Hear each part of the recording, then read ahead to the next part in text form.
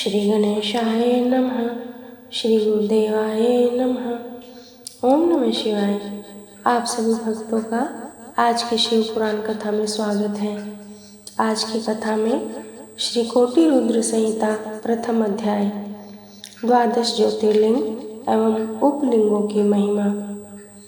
निर्विकार होते हुए भी जो अपनी माया से विराट विश्व का आकार धारण करते हैं, स्वर्ग और मोक्ष जिनकी कृपा से वैभव माने जाते हैं, जिन्हें मुनिजन सदा अपने हृदय में अद्वितीय आत्मज्ञानानंद के रूप में देखते हैं, उन दिव्य तेज से संपन्न भगवान शिव शंकर, जिनका आधा शरीर शैलराज पुत्री देवी पार्वती से सुशोभित है, उन्हें सदैव मेरा नमस्कार है।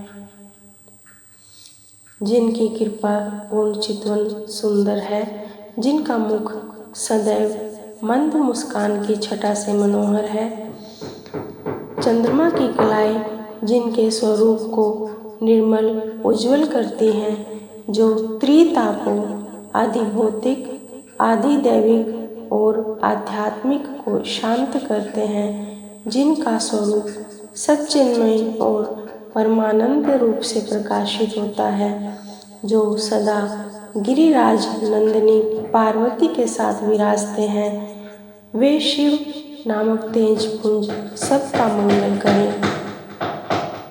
मुनियों ने सूत जी से कहा, हे सूत जी, आपने लोकहित की कामना से भगवान शिव की परम पवित्र अनेक कथाएं सुनाई हैं। शिव जी के महात्म्य की कथा रूपी अमृत का पान करते करते भला कौन पुरुष तृप्त हो सकता है।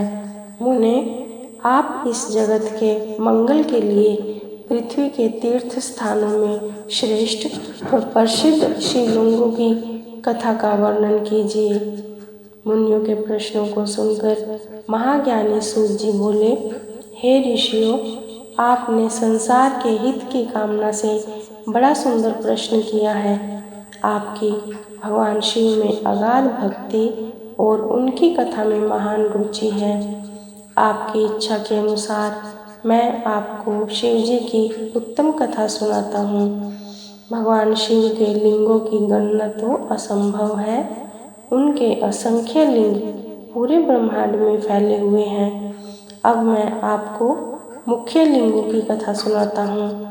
सौराष्ट्र में सोमनाथ जी, श्रीशैल में मल्लिकार्जुन, उज्जैन में महाकालेश्वर, ओंकार जी में परमेश्वर, हिमालय पर्वत पर केदार, डाकिनी देश में भीमशंकर, काशी में विश्वनाथ जी, गोमती नदी के तट पर त्र्यंबकेश्वर, सेतुबंध में रामेश्वर एवं शिवालय में घुश्मेश्वर नामक 12 ज्योतिर्लिंग विद्यमान है। जो मनुष्य प्रातः उठकर इन 12 ज्योतिर्लिंगों का स्मरण कर पूजन व उपासना करता है, उसके सभी पाप नष्ट हो जाते हैं और सभी कामनाएं एवं मनोरथ सिद्ध हो जाते हैं। इन ज्योतिर्लिंगों पर चढ़ा हुआ नैवेद्य का प्रसाद ग्रहण करने से मनुष्यों के सभी पाप नष्ट हो जाते हैं तथा समस्त भोगों को भोग कर वह मोक्ष को प्राप्त होता है। निम्न जाति का कोई व्यक्ति यदि किसी लिंग का दर्शन कर ले तो वह उच्च कुल में जन्म लेता है। इन 12 ज्योतिर्लिंगों की महिमा का वर्णन स्वयं ब्रह्मा जी, श्री हरि विष्णु तथा अन्य देवता भी नहीं कर सकते। धरती और समुद्र के मिलने वाले स्थान पर सोमेश्वर जी का अन्नकेश नामक लिंग है। मल्लिकार्जुन से प्रकट होकर रुद्रेश्वर नामक उपलिंग जग प्रसिद्ध है और भृगु में स्थित है। नर्मदा नदी के तट पर स्थित महाकाल शिवलिंग का दुग्धेश नामक उपलिंग है, जो सुख देने वाला है। इसी प्रकार ओंकारेश्वर का उपलिंग कर्दमेश्वर नाम से बिंदु सरोवर के तट पर है। केदारेश्वर का उपलिंग भूतवेश्वर नाम से यमुना नदी के तट पर है। यह पापों का नाश करता है। भीमेश्वर उपलिंग भीमशंकर नामक ज्योतिर्लिंग का है और सह्य पर्वत पर स्थित है। नागेश्वर का उपलिंग मल्लिका सरस्वती तट पर भूतेश्वर नाम से स्थित है और रामेश्वर में घुश्मेश्वर लिंग के उपलिंग के रूप में व्याघ्रेश्वर लिंग स्थित है। इस प्रकार मैंने आपको 12 ज्योतिर्लिंगों और उपलिंगों के बारे में बताया। इनके दर्शनों से समस्त मनोरथ सिद्ध होते हैं। दूसरा अध्याय, पूर्व दिशा स्थित शिवलिंग। सूत जी बोले, हे ऋषियों, पतित पावनी भागीरथी श्री गंगा जी के तट पर मुक्तिदात्री काशी नगरी स्थित है, जिसमें भगवान शिव निवास करते हैं। यहीं पर कृतिका वाशेश्वर शिवलिंग स्थित है, जो सभी भक्तों की कामनाओं को पूर्ण कर उन्हें मुक्ति प्रदान करता है। यहीं तिल भांडेश्वर, दशाश्वमेध, गंगा सागर, संगमेश्वर आदि अनेक शिवलिंग स्थित हैं। कौशिकी नदी के पास भूतेश्वर और नारीश्वर लिंग स्थित है। उत्तर प्रदेश में स्थित नाथेश्वर एवं दूतेश्वर नामक लिंग सभी मनोरथों को पूरा करने वाले हैं। ऋषि दधीची के युद्ध स्थल पर श्रृंगेश्वर, वैद्यनाथ तथा जपेश्वर, गोपेश्वर, रंगेश्वर, रामेश्वर, नागेश, कामेश, वितलेश्वर, व्यासेश्वर, सुकेश, भांडेश्वर, हंकारेश, सुरोचन, भूतेश्वर, संगमेश नामक सभी लिंग सब प्राणियों के पापों का नाश करने वाले हैं। इस प्रकार त्रिप्तका नदी के किनारे कुमारेश्वर, सिद्धेश्वर, शैनेश, रामेश्वर, कुंभेश, नंदीश्वर, कुंजेश आदि शिवलिंग स्थित हैं। दशाश्वमेध नामक तीर्थ जो प्रयाग में है, धर्म, अर्थ, काम, मोक्ष देने वाला है और यहाँ परम ब्रह्मेश्वर शिवलिंग स्थित है। यह लिंग स्वयं ब्रह्मा जी द्वारा स्थापित है। सोमेश्वर, ब्रह्म तेज वर्धक, भारद्वाजेश्वर, शूलटंकेश्वर एवं माधेश्वर लिंग यहीं स्थित है। रघुवंशियों की नगरी अयोध्या में नागेश शिवलिंग स्थित है, जो भक्तों को सुख देने वाला तथा अभीष्ट को पूर्ण करने वाला है। इसी नगरी में भुवनेश व लोकेश नामक महाशिवलिंग स्थित है। कामेश्वर, शुद्धिकर्ता गणेश, शुक्रेश्वर एवं शुक्र सिद्धि नामक शिवलिंग लोक कल्याण हेतु स्थापित किए गए हैं। सिंधु नदी के किनारे बटेश्वर, कृपालेश एवं वक्रेश आदि लिंग स्थित हैं। धूत, पापेश्वर, भीमेश्वर, सूर्येश्वर आदि लिंगों को साक्षात परमेश्वर मानकर आराधना की जाती है।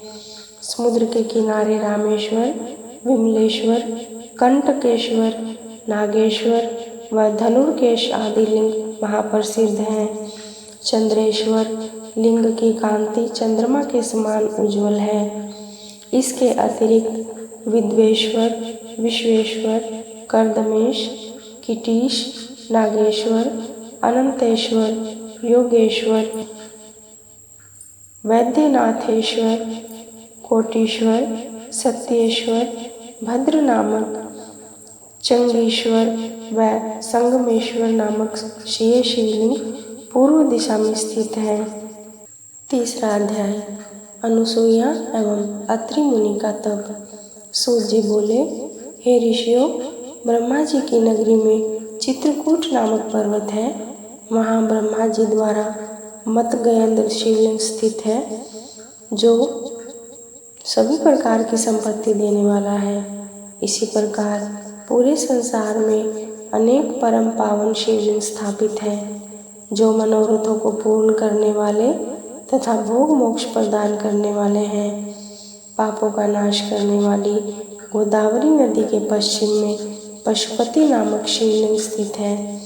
वहाँ से दक्षिण की ओर जगत का हित करने वाले एवं अत्रि ऋषि की पत्नी देवी अनुसूया को आनंद देने वाला अत्रिश्वर लिंग स्थित है।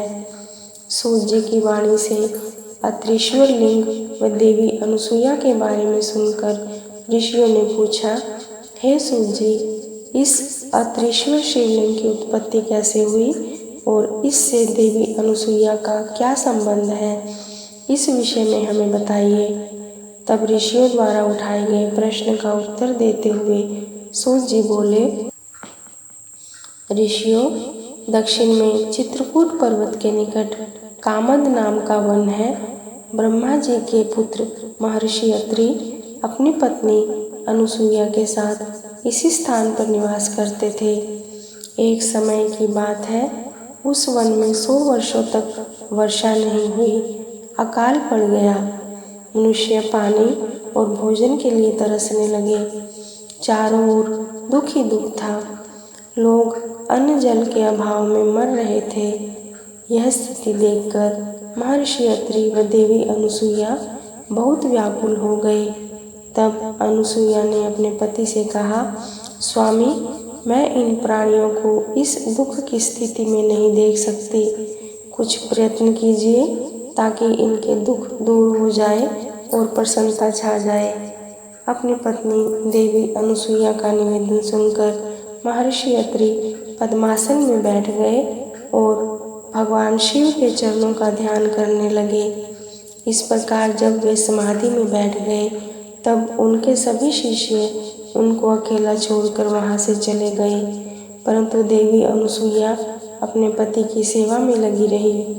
उन्होंने भगवान शिव की मूर्ति स्थापित की और फिर उसकी विधि पूर्वक पूजा अर्चना की। इस प्रकार वे भी शिव जी की आराधना में लीन हो गई। जब देवताओं को इसका ज्ञान हुआ तो वे अत्रि और अनुसुईया के आश्रम में पधारे। उनके साथ गंगा नदी भी थी। वे देवी अनुसुईया की प्रशंसा करते हुए बोले कि हमने देवी अनुसुईया जैसी भक्ति आज तक नहीं देखी, जो पति धर्म और भक्ति धर्म का एक साथ दृढ़ता से पालन कर रही है। निश्चय ही आप दोनों धन्य हैं। यह कहकर अन्य देवता अपने स्थान को चले गए, परंतु भगवान शिव व गंगा जी ने वहीं निवास किया। गंगा जी बोली कि देवी अनुसुईया का हित किए बिना मैं यहाँ से कहीं नहीं जाऊंगी। भगवान शिव अंश रूप में महर्षि अत्रि के आश्रम में रहे और कैलाश पर्वत पर चले गए। महर्षि अपनी तपस्या में पूर्व की भांति लगे रहे। इस प्रकार अकाल पड़ते पड़ते 54 वर्ष बीत गए। देवी अनुसुईया भी अपने वचन को निभाती रही कि पृथ्वी पर वर्षा से पूर्व मैं अन्न जल ग्रहण नहीं करूंगी। अनुसुईया श्रद्धा भाव से शिव जी के चरणों में अपना ध्यान लगाती रही। चौथा अध्याय, अत्रीश्वर की महिमा का वर्णन। सूत जी बोले, हे ऋषियों, तपस्या करते हुए महर्षि अत्रि को बहुत समय बीत गया था।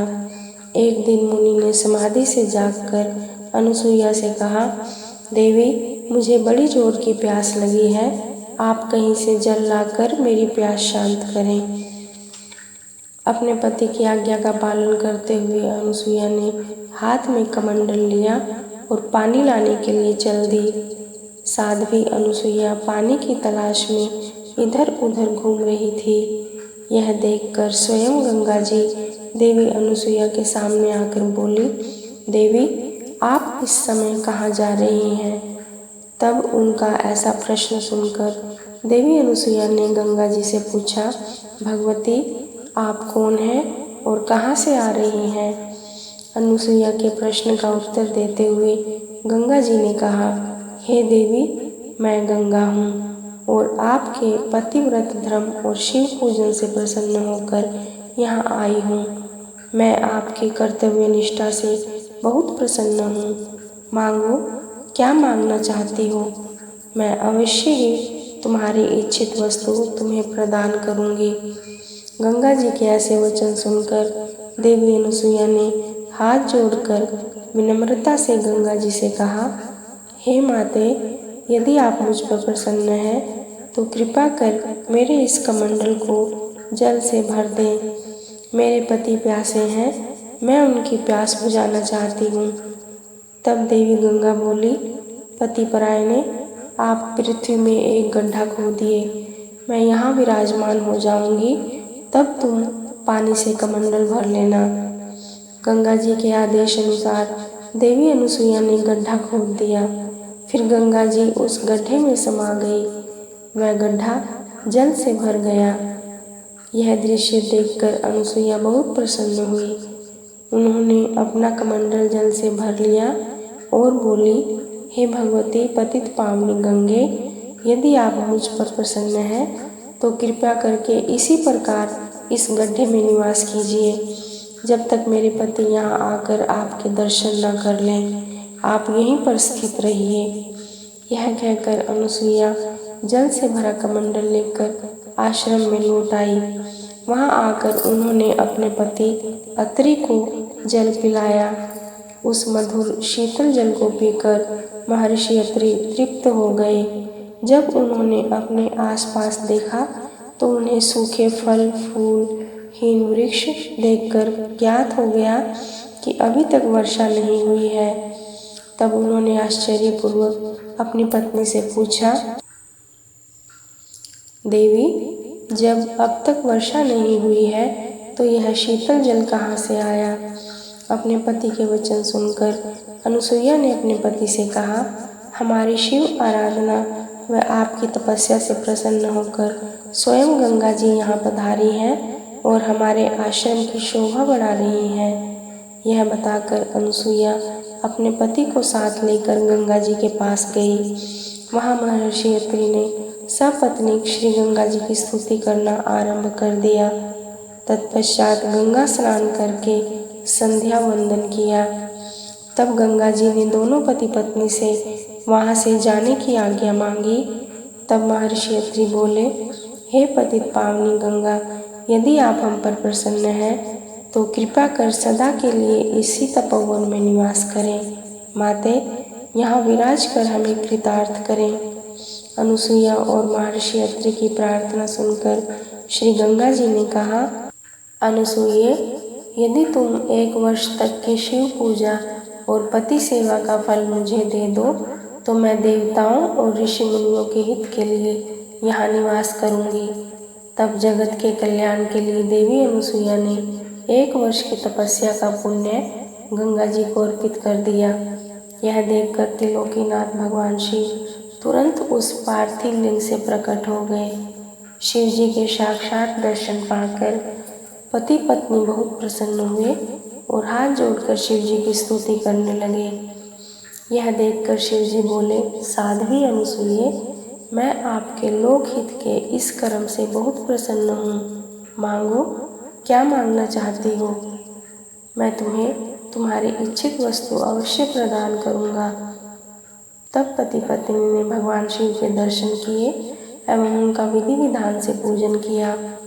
भगवान शिव के बार बार पूछने पर अनुसुईया एवं महर्षि अत्रि बोले, हे कृपा निधान देवादिदेव भगवान शिव, यदि आप हम पर प्रसन्न हैं तो आप देवी पार्वती सहित यहीं निवास करें ताकि यहाँ वर्षा हो, अन्न उत्पन्न हो और सभी प्राणियों का कल्याण हो।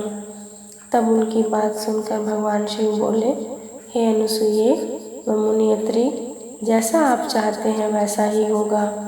यह कहकर भगवान शिव पार्थिव लिंग में समा गए और अत्रीश्वर नाम से प्रसिद्ध हुए। पतित पावनी श्री गंगा जी भी मंदाकिनी नाम से विख्यात होकर उस कुंड में सदा के लिए स्थापित हो गई। फिर महर्षि अत्रि का यह आश्रम पुनः पहले की भांति हरा भरा हो गया। ओम नमः शिवाय। आज की कथा में इतना ही। शेष कथा अगले भाग में। श्री शिवार्पणमस्तु।